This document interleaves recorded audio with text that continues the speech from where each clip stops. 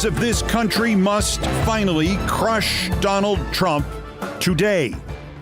Trump is taunting Judge Tanya Chutkan, standing silently next to a simpering flunky, Matt Gaetz, as it is Gaetz who threatens the nation with another January 6th, avoiding all comments that could be attributed directly to him, trying, as he has spent his entire life trying, to get away with it anyway. Trump is taunting Judge Chutkan. She should revoke his pretrial release and slam his ass in jail now. I caution you and your client to take special care in your public statements about this case, the judge said at the evidentiary protective order hearing on Friday. Quote, even arguably ambiguous statements from parties or their counsel can threaten the process. Then she threatened him with something far worse even than a gag order or a trip to prison. The more a party makes inflammatory statements about this case, which could taint the jury pool, the greater the urgency will be that we proceed to trial quickly. Translation, every threat you make, this trial starts sooner. Response, Trump had others make his threats for him. 6 times yesterday and last night, Trump reposted inflammatory statements by Stephen Miller, by Greg Jarrett, by the Necklace Attorney General of West Virginia, Patrick Morrissey, and most relevantly, by former Grassley aide Mike Davis, who flat out lied and posted that Judge Chutkan, quote, openly admitted she's running election interference against Trump, unquote. Assessment. Same as it ever was. There is no law. No rule, no ruling that Trump does not believe he can find a way around. He is testing and taunting Judge Chutkan. You say I can't say anything threatening? Let's see you punish me for simply amplifying the threats of others. And if the nature of Trump's tightrope act were not made clear enough by those reposts, and there is no chance that he truly understands he could fall from that tightrope and metaphorically be killed, what happened at the Iowa State Fair in Des Moines confirms the nature of the tightrope act. This time it is not Trump summoning his stochastic terrorists vaguely and indirectly. It is Gaetz openly calling for, quote, force, and Trump standing next to him silently, approvingly. Mr. President, I cannot stand these people that are destroying our country, that are opening our borders, that are weaponizing our federal law enforcement against patriotic Americans who love this nation as we should. We are having a great time at the fair. We love standing with you, but we know that only through force do we make any change in a corrupt town like Washington, D.C. It is quite literally true that after Judge Chutkan's order Friday, if that had been Trump saying that and not Gaetz, Trump would have had his pretrial release revoked by nightfall, or he would be back in front of the judge today, or at minimum, he would have seen the trial date advanced a month to December 2nd, not January 2nd. Given Trump's history, given MAGA's history, given Gaetz's history, given January 6th, it was so bad that even Gaetz was terrified. He tried to back away from it. He tweeted that night, quote, do you agree we must force change to a corrupt system? Force change, in all caps. Force change, as if he had not said only through force, as if he had not just threatened more violence, more insurrection, more traitorous betrayal. Again, as always, as it always will be, this is Trump in miniature. He matters, the judge does not. He matters, the country does not. He matters, the law does not.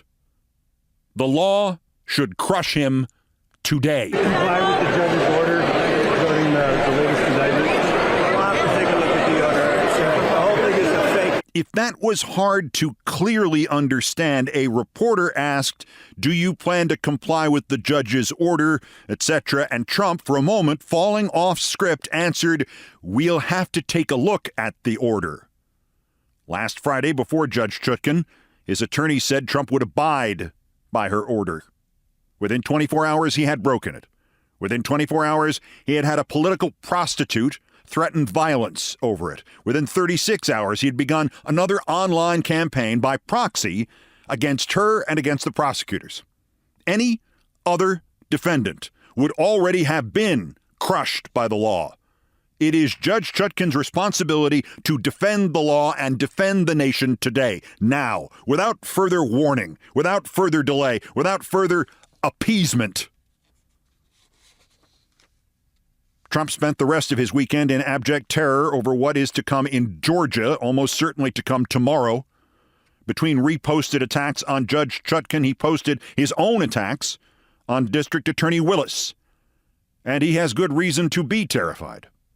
The Guardian and CNN broke two parts of the same story. On top of everything else Trump did in Georgia by phone, by Rudy Giuliani, by public pressure, that video that showed the GOP chairwoman of Coffee County, Georgia, Kathy Latham, holding the door open to the local board of elections so two techs could illegally download the voting data from the rural county onto a portable hard drive. The Coffee County breach. Well, prosecutors have text messages and emails, quote, directly connecting members of Trump's legal team, including Bernie Kerik, to that breach in advance.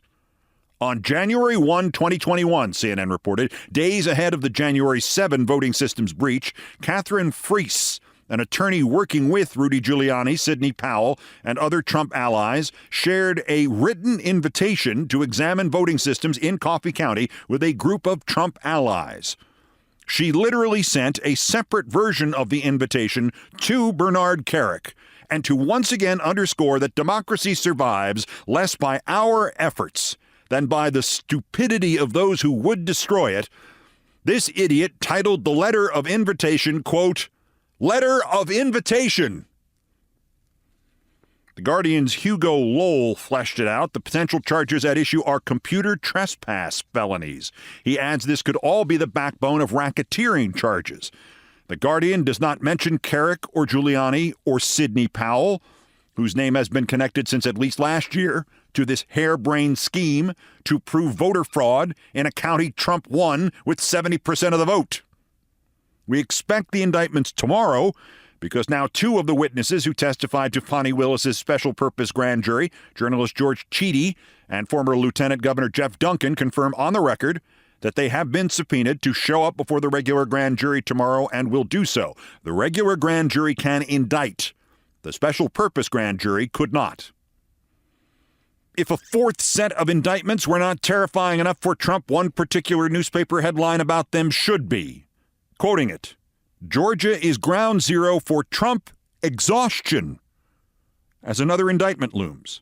The article is about Georgia Republicans suddenly realizing that this is not about them or their party or their state, but only about him, and it has been since 2020, without interruption.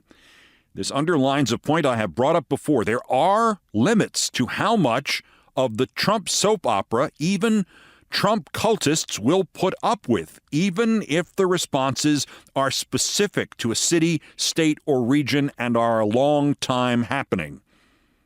They are also showing up in fundraising, which is declining with each new indictment. Oh, and perhaps most terrifying to Trump might be where that particular headline about Trump exhaustion was seen. It's in the Wall Street Journal.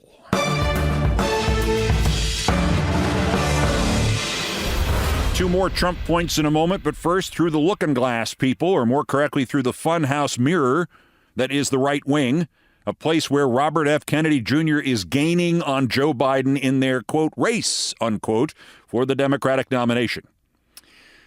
I think the RFK Junior thing might be over now. Yesterday in Iowa, I presume he was there with all the other Republicans, Kennedy announced he's in favor of a federal ban on abortion at 15 or 21 weeks. Quote, I believe a decision to abort a child should be up to the women during the first 3 months of life. Asked by NBC if he meant a ban beyond that time, he said yes, going for that vast national abortion ban group of Democratic primary voters. When he realized what had happened, Kennedy fell on the, "oh, it was too loud in there" excuse, claiming he misheard the question, that he does not believe in any abortion ban, which doesn't explain why, in his first statement, he limited a woman's right to choose to 3 months or used the phrase 3 months of life. NBC produced a transcript of their interview with Kennedy. It is clear he did not misunderstand a thing and is lying. And also over here in Cloud Cuckoo Land, now there's a Hunter Biden special counsel, and the loudest and most shameless of Republicans are angry about it and about who it is, even though they've spent a year demanding it and demanding that guy. Ted Cruz, last September 19th, letter to Merrick Garland. "We, the undersigned, write to request that David C. Weiss be extended special counsel protections and authorities to conduct the Hunter Biden investigation." Ted Cruz yesterday, Weiss is, quote, "a wildly inappropriate person to be a special counsel." Marsha Blackburn, last September 19th, signed the same letter as Cruz, and I'm caveating this. Lately, the Medusa of the Senate has exhibited some cognitive deficits, which is truly serious, since she didn't start with much in the cognitive bank as it was. Marsha Blackburn yesterday, Weiss is a, quote, collaborator. Chuck Grassley, last September 19th, same letter. Chuck Grassley on Friday, Weiss has been compromised. Chuck adds he may have run over another deer. Jamie Comer spent the spring and the summer holding hearing after nonsensical hearing, insisting Biden was preventing Weiss's appointment as special counsel. Friday, Comer said Weiss's appointment as special counsel is, quote, "part of the Justice Department's efforts to attempt a Biden family cover-up." Tim Scott, last September 19th, also not a bright bulb, same letter. Tim Scott Friday, Weiss's appointment raises further questions about the independence of Biden's DOJ. You asked for this guy.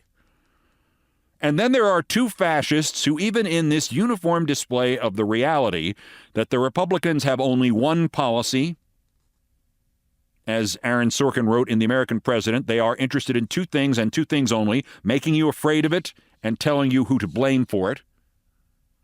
Even against that backdrop, they are particularly appalling. Good old Jim Jordan wrote to the Attorney General a long, angry letter, which he summarized on Twitter with, quote, "Why hasn't DOJ appointed a special counsel for the Hunter Biden investigation?" This he did on February 28th. Friday, a Jordan spokesman announced that DOJ appointing a special counsel for the Hunter Biden investigation, quote, "is just a new way to whitewash the Biden family corruption," unquote. And yet that turnaround, 5.5 months, is nothing compared to that which was performed by a creature who wrote an op-ed on the Fox website saying the failure to name Weiss as special counsel confirmed, quote, "political interference from the Biden administration," unquote. Interference so bad it, quote, "smells," and that it demanded the potential impeachment of Merrick Garland and Joe Biden. He wrote that on July 12th, 34 days ago. Now, the same creature says the appointment of Weiss is an attempt to, quote, "obstruct congressional investigations or whitewash the Biden family corruption." Who went from whining and bitching about no to whining and bitching about yes in just 34 days? The Speaker of the House, Kevin McCarthy.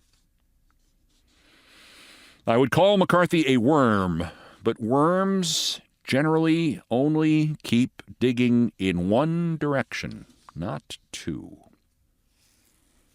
You know, I truly think Republicans are nearly universally better at politics, and especially slimy, chiselly politics, than are Democrats. But why they do not take the win here makes no sense to me. They could claim they forced Garland and or Biden to appoint the special counsel and the one they wanted, and then still go ahead and rip his investigation at every stage. Instead, they could not break themselves of the habit of automatic opposition and gainsaying to anything Democrats do. This has already taken the steam out of the entire Hunter Biden crap and out of them. I suppose it's too much to assume that maybe they had heard this was coming. Yesterday, Congressman Jamie Raskin said, House Democrats are going to release a report about all of the foreign government emoluments, millions of dollars we can document, that Trump pocketed at the hotels, at the golf courses, through business deals when he was president, and that his family got? Well, okay, Jamie, that is great.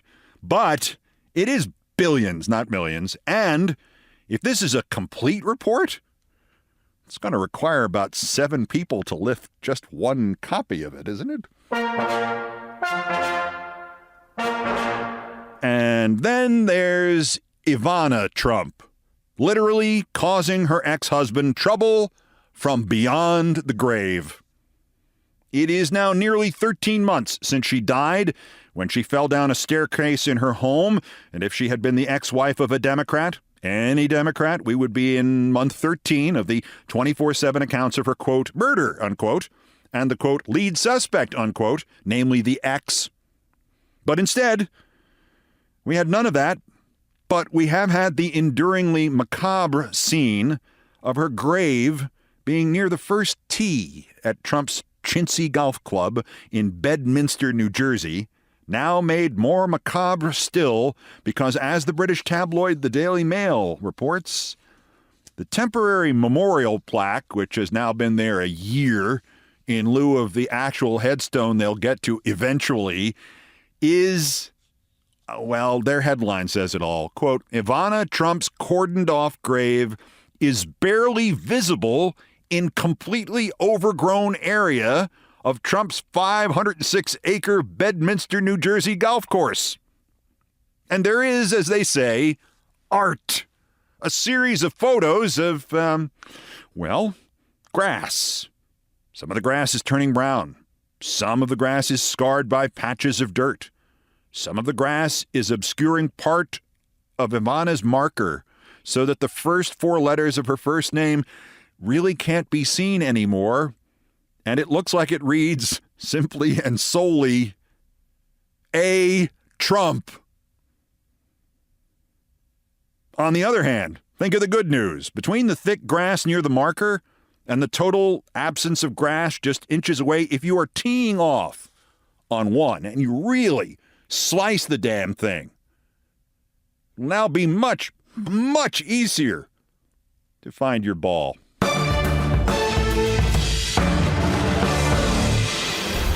Also of interest here, it's nothing less than a scene out of any 1920 Chicago mob movie or at least one Jimmy Stewart Western. The newspaper has the goods on their corrupt leader and is about to expose him, so the corrupt leader sends in his goons to trash the office and kill the publisher. Only this is no movie, and this is not 1888 or 1926. It's 2023. In a Kansas town halfway between Wichita and Topeka. And the bad guys, who in fact trashed the newspaper office and led to the death of the publisher, they are the town police. The FBI better get a book of arrest warrants. Fascism in Marion, Kansas. That's next. This is Countdown. This is Countdown with, Keith Olbermann.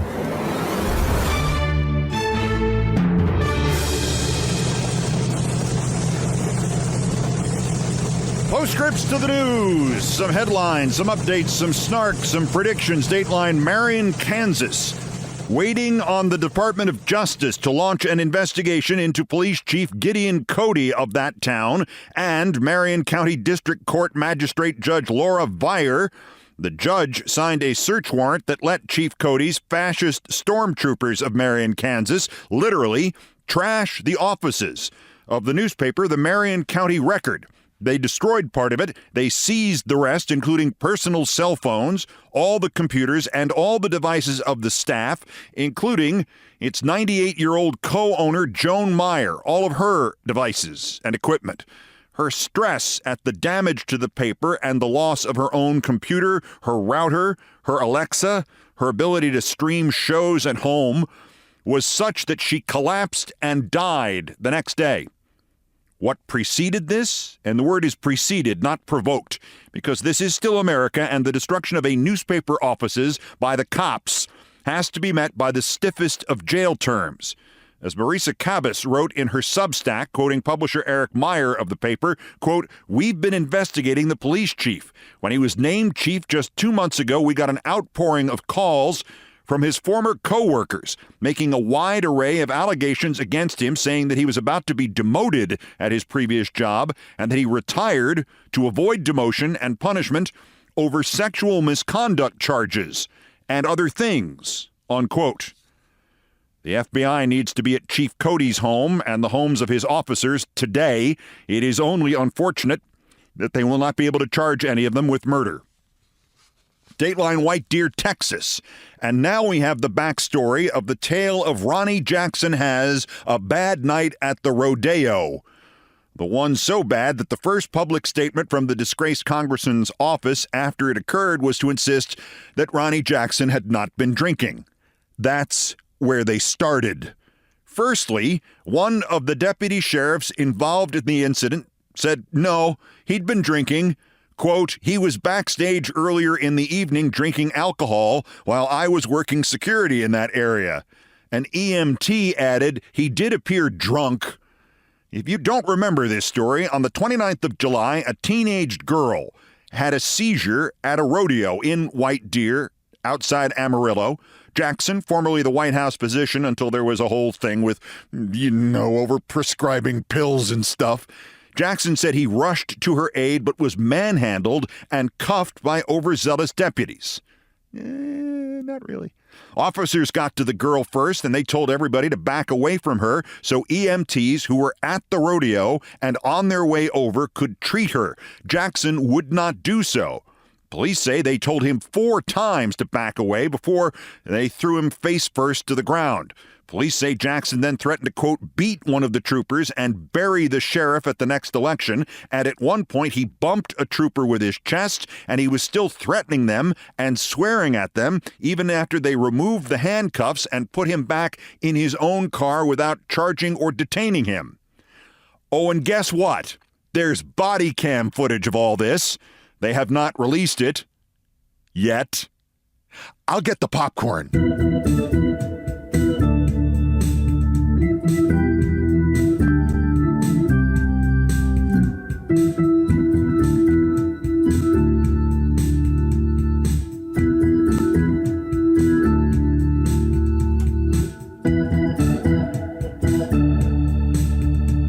Thank you, Nancy Faust.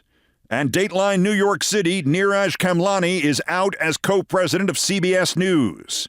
This is hours after the New York Post reported that he had told colleagues he was being removed following clashes with high-profile anchors and HR complaints about his abusive behavior. Kamlani is the guy who also tried to appease the right wing by hiring former Trump Chief of Staff Mick Mulvaney as a CBS News commentator. Nobody would have noticed. I mean, it's Mick Mulvaney, for crying out loud, except that in announcing the hiring to staff, Kamlani explained he had made the move in part, quote, to make sure that we are getting access to both sides of the aisle, which is a priority because we know the Republicans are going to take over most likely in the midterms. A lot of the people that we're bringing in are helping us in terms of access to that side of the equation, unquote. Yeah, how did that all work out for you, Neeraj? Postscript, this podcast continues to burgeon. I have just rented a new studio for it, and a video version of it is coming at some point soon. But I'm only 9/10 of a mile away from CBS News World Headquarters in New York, and provided you'd let me bring in 1 or 2 of the dogs every day, I mean, I could hike over and run it for you in my spare time. You're welcome.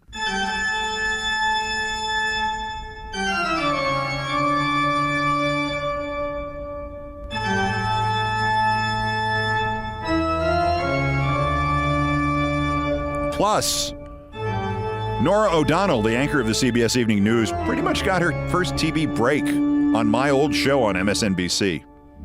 And I can do a fairly decent impression of Walter Cronkite. CBS News. Just saying.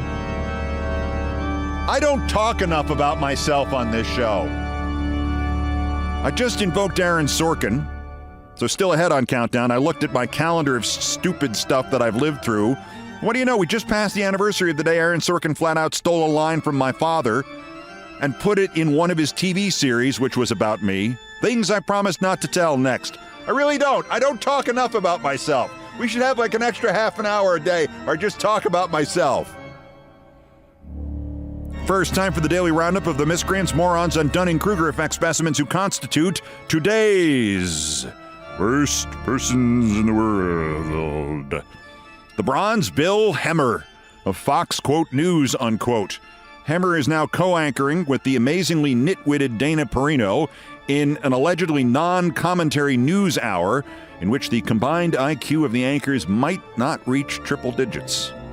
I worked with Hemmer briefly at CNN, very affable, very pleasant, very stupid, but he has outdone himself.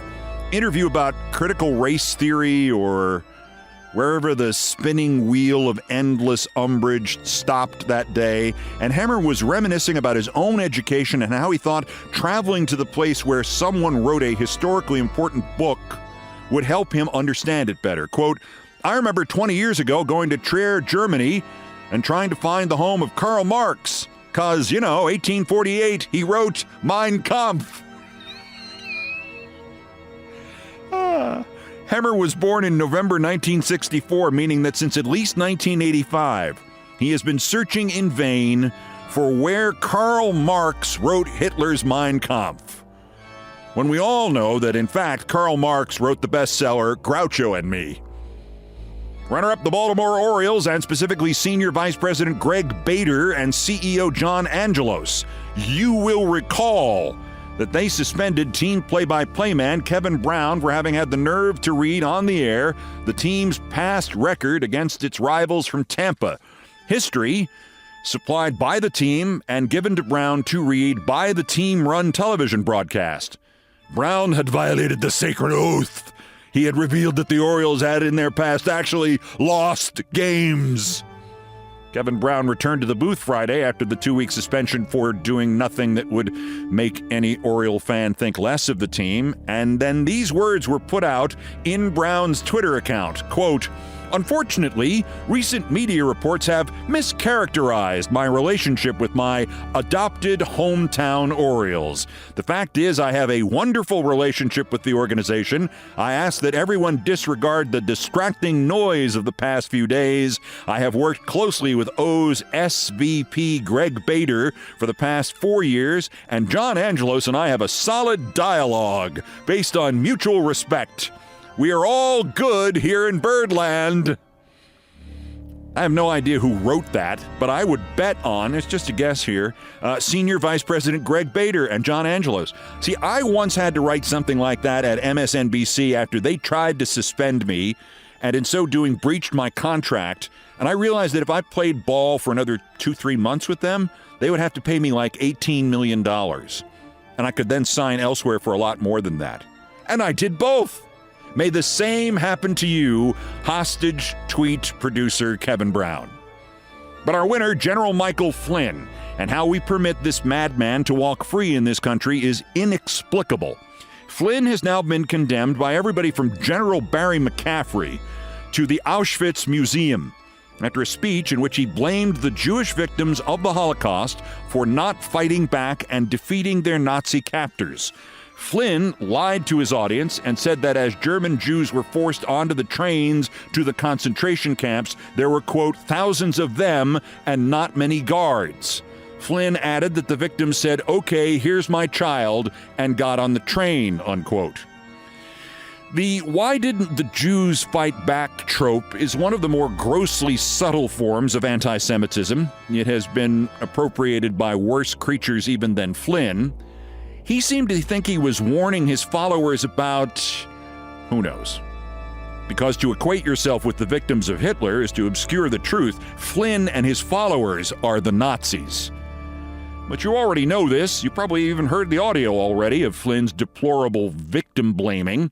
What you may not have seen was the detailed and surprisingly restrained 600-word answer to Flynn from the Auschwitz Museum about the facts of the rounding up in Germany and the firepower used by the Germans and those who fought back against the Nazis.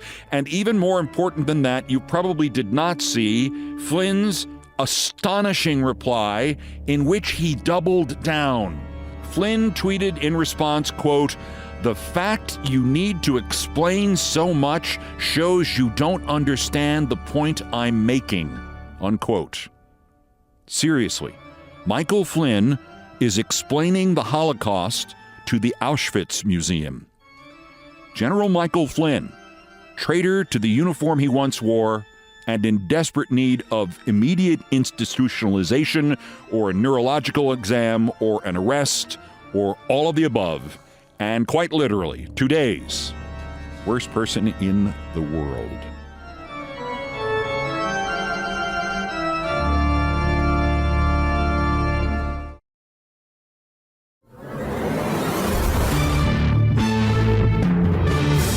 Finally, our number one story in the countdown, things I promised not to tell, and back to my favorite topic, me.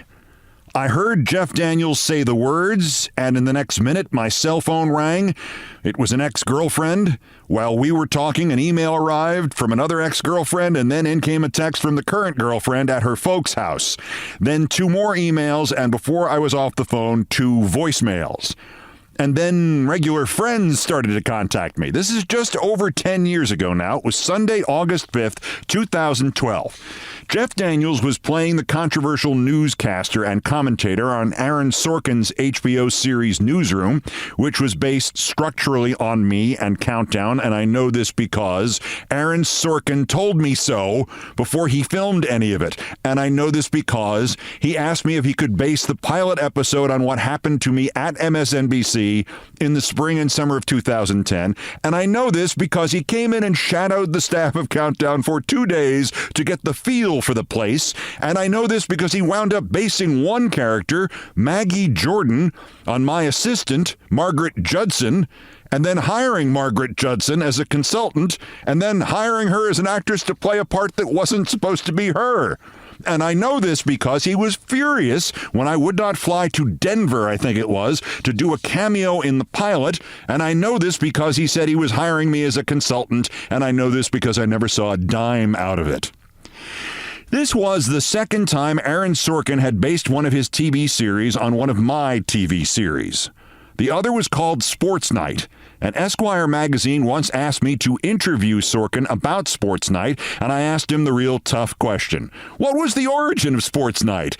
And his answer was, quote, "You are the origin." So when the New York Times had called me about Newsroom, I lightheartedly said it was nice to know in advance this time that Aaron Sorkin was making a TV series about me. Sorkin did not like this at all. And he told all his actors to tell all their interviewers that this was not true, and I know that because Jeff Daniels told me that that was what Sorkin had told him. Sorkin is interesting. I had known him for about 10 or 12 years when he came into Countdown to see what it looked and felt like, and he was 20 minutes late. And my assistant, Margaret, after whom he named Maggie Jordan, whom he then hired away from me, and whom he finally hired as an actress to play Tess Weston, and she was great, by the way. Margaret brings him in, and he apologizes for being late, and he says he's staying in a hotel 2 blocks away, and he should have just walked, but instead he got in a car. And the next thing he knew, he was 6 blocks away, caught in traffic caused by the complete shutdown of one of the crosstown streets for midday construction. And I laughed, and I said, well, like my late father, the architect, used to say, New York, it'll be a great town whenever they finish it. And he laughed, and I laughed, and 2 years later, in the 7th episode of the HBO Newsroom series, first aired on August 5th, 2012, and re-aired throughout the week, Jeff Daniels as the anchorman Will McAvoy, who wasn't me, but actually kind of was me, is late to his newsroom because he gets caught in Manhattan traffic caused by Sunday night street construction, and he says to his exasperated producer, New York, it'll be a great town whenever they finish it. That's when my phone and email blew up, and the then girlfriend and like 40% of all of my exes ever all had the same question. New York, it'll be a great town whenever they finish it? Isn't that what your dad used to say? Even the ones who never met my dad knew this because I used to quote him constantly. Because the real humor in the quote is the fact that my dad was an architect and construction was his business. New York, it'll be a great town whenever they finish it. And then, one of the last of the exes reached out. She waited until the show was over. Now, I don't think any of us is proud of this, but she had also dated Sorkin once or twice. And since she had written celebrity stories for a New York newspaper, he had later asked her by email what the world of gossip reporting was like, and she told him by email. And what she now told me made Aaron Sorkin's use of my dad's quote and other parts of my life seem like possible coincidences. She said she was watching the third, maybe fourth episode of Newsroom, and in walked a new character, a gossip columnist, a woman. And the first sentence the character said was, my friend and ex said, word for word, something she had sent to Sorkin in one of the emails about the gossip business. She said when she heard it, her face started to get red, and it would keep getting redder. The gossip columnist character's second line had also been cut and pasted from my ex's email. Then her long speech, then all of her dialogue, she said, in her second scene. My ex actually managed to record that episode and to find her own email to Sorkin and to compare them, and she said other than changing a couple of tenses, he had used her answers verbatim. I met the actor Josh Charles during the 2000 World Series. I was there anchoring it for Fox Sports. Josh was there promoting his new show on Fox. Josh had played Dan Rydell on Sorkin's Sports Night series, and even Sorkin and I agree Dan Rydell is just me with a different haircut. I was walking up 6th Avenue one day in October 2000, and from several blocks away, I saw Josh Charles walking towards me. So I had several minutes to prepare what I could say to him. This was not spontaneous, sadly. But after our eyes met and I smiled and he gave me that, yes, I'm on TV look that I recognize and have myself deployed, he switched suddenly to shock and even a little apprehension. And I said the line I had been rehearsing in my head for several minutes. Excuse me, you don't get to say this often in life, but didn't you used to play me on TV? Right there on 6th Avenue, Josh told me about the ordeal of working with and for Aaron Sorkin, and I thought he just meant for actors. But I later found out, because New York, it'll be a great town whenever they finish it. Josh and I are still friends. We've gone to ball games together. We were in a fantasy baseball league together, and one night on my ESPN2 show, we came back from commercial, giving the audience no warning or explanation, and we simply started co-anchoring the show and calling it Sports Night, and making references to the program and to Newsroom. And then he said, why did we keep reading this? And I said, I don't know. I just assumed Sorkin had run out of new ideas. The mutual laughter that followed was sincere. There is one more punchline to the Newsroom Sorkin story, because I was like his 7th guest ever. When Stephen Colbert wrapped up the Colbert Report on Comedy Central, I was invited to be on the final farewell episode. Me and like 99 other people. There were so many of us, ranging from Barry Manilow to Bryan Cranston to Big Bird, that they had like 9 green rooms in the Comedy Central building. And I get there and they send me to the green room I would be sharing with several other people, and I trudge up a bunch of stairs to the top floor, and in this big room there is only one other performer there yet. It's Jeff Daniels.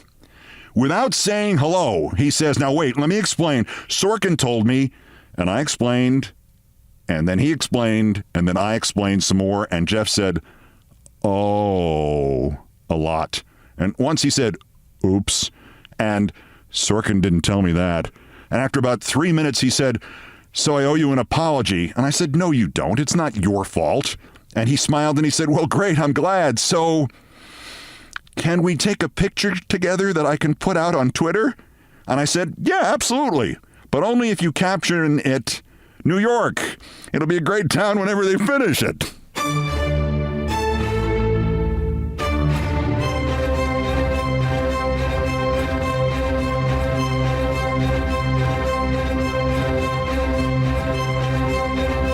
I've done all the damage I can do here. Thank you for listening. New York, it'll be great whenever they finish it. Countdown has come to you from our studios high atop the Sports Capsule building in New York.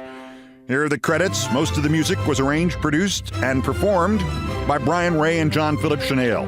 They are the Countdown musical directors. All orchestration and keyboards by John Philip Chanel. Guitars, bass, and drums by Brian Ray. Produced by TKO Brothers. Other Beethoven selections have been arranged and performed by No Horns Allowed. The sports music is the Olbermann theme from ESPN2. It was written by Mitch Warren Davis, courtesy of ESPN Inc. Musical comments by Nancy Faust, the best baseball stadium organist ever. Our announcer today was my friend Richard Lewis, and everything else was pretty much my fault.